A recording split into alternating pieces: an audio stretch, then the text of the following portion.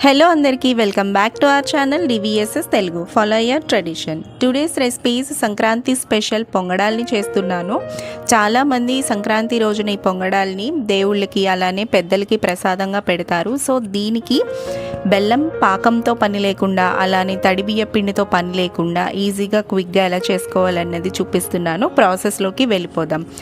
As usual ఒక బౌల్ని తీసుకొని అందులో 1 కప్ బియ్య పిండిని వేస్తాను. దీనికి ఇంకొక 1 కప్ గోధుమ పిండిని వేస్తున్నా. దీంట్లో చిటికెడు యాలకుల పొడి అలానే వంట సోడాని కలిపి వేశాను. సో దీనికి ఒక చిటికెడు సాల్ట్ వేస్తున్నా. ఇప్పుడు ఈ మిక్స్చర్ని మొత్తం అన్నీ కలిసేలాగా ఒకసారి కలుపుకోవాలి.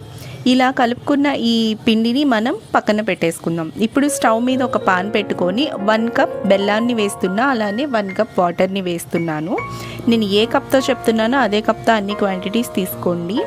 అండ్ ఇది బెల్లం పాకం రావాల్సిన అవసరం లేదు, జస్ట్ బెల్లం కరిగితే చాలు. ఈ బెల్లం వన్స్ కరిగిన తర్వాత స్టవ్ ఆఫ్ చేసేసి మనం ముందుగా రెడీ చేసుకున్న పిండిలో ఇలా స్ట్రైనర్ సహాయంతో కొంచెం కొంచెంగా ఈ బెల్లం వాటర్ని వేసుకొని నేను చూపిస్తున్నట్టుగా పిండిని కలుపుకోవాలి.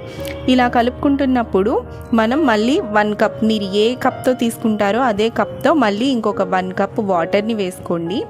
సో ఒకసారి వాటర్ని వేసిన తర్వాత కూడా ఇలా కలుపుకోవాలి. దీనికి కొంచెం కొబ్బరి తురుముని వేస్తున్నాను, 1 టేబుల్ స్పూన్. ఇలా కలుపుకోవాలి. కన్సిస్టెన్సీ అనేది ఇక్కడ చూపించినట్టు రావాలి. ఇప్పుడు దీన్ని మూత పెట్టేసి మనం ఒక 10 మినిట్స్ నానబెట్టుకోవాలి.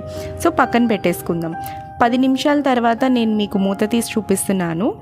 ఇట్లా వస్తుంది పిండి అన్నది. 10 నిమిషాలు నానిన తర్వాత కన్సిస్టెన్సీ ఇలా అవుతుంది. సో ఇలా కన్సిస్టెన్సీ వస్తే మనకి పొంగడాలు బాగా వస్తాయి. ఇప్పుడు దీన్ని పక్కన పెట్టుకొని స్టవ్ మీద డీప్ ఫ్రైకి సరిపడా ఆయిల్ని వేసుకొని వన్స్ ఆయిల్ హీట్ అయిన తర్వాత ఇక్కడ చూపిస్తున్న విధంగా పొంగడాల్ని వేసుకోవాలి. ఒకసారి పొంగడం వేసిన తర్వాత వెంటనే టర్న్ చేయకూడదు. టర్న్ చేస్తే ఆయిల్ అనేది అబ్జార్బ్ చేసుకుంటుంది. సో లైట్ గోల్డెన్ కలర్ వచ్చిన తర్వాత ఒక సైడ్ నుంచి ఇంకొక సైడ్కి టర్న్ చేసుకొని తిప్పుకోవాలి. సో పక్కన అలానే నేను ఇంకొక 2 పొంగడాల్ని వేస్తున్నాను. ఒకదానికి ఒకటి అంటుకోకుండా పొంగడాల్ని వేస్తున్నా. స్లోగా మనం ఒక సైడ్ నుంచి ఇంకొక సైడ్కి టర్న్ చేసుకుంటూ వీటిని వేగించుకోవాలి.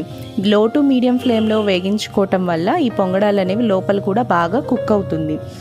ఇలా గోల్డెన్ కలర్లోకి వచ్చాక వేగించుకున్న తర్వాత వన్స్ గోల్డెన్ కలర్లోకి రాగానే దీన్ని ఆయిల్ వడకట్టి మనం పక్కన వేసుకోవాలి. అలానే మిగిలిన పొంగడాలని కూడా మనం ఆయిల్ని వడకట్టేసుకొని పక్కన పెట్టేసుకుందాం. సేమ్ ఇలానే మిగిలిన పిండిని కూడా పొంగడాల్లా వేసుకొని గోల్డెన్ కలర్కి రాగానే పక్కన పెట్టేసుకోవాలి. సో మనకి పొంగడాలు అనేవి రెడీ అయిపోయినాయి.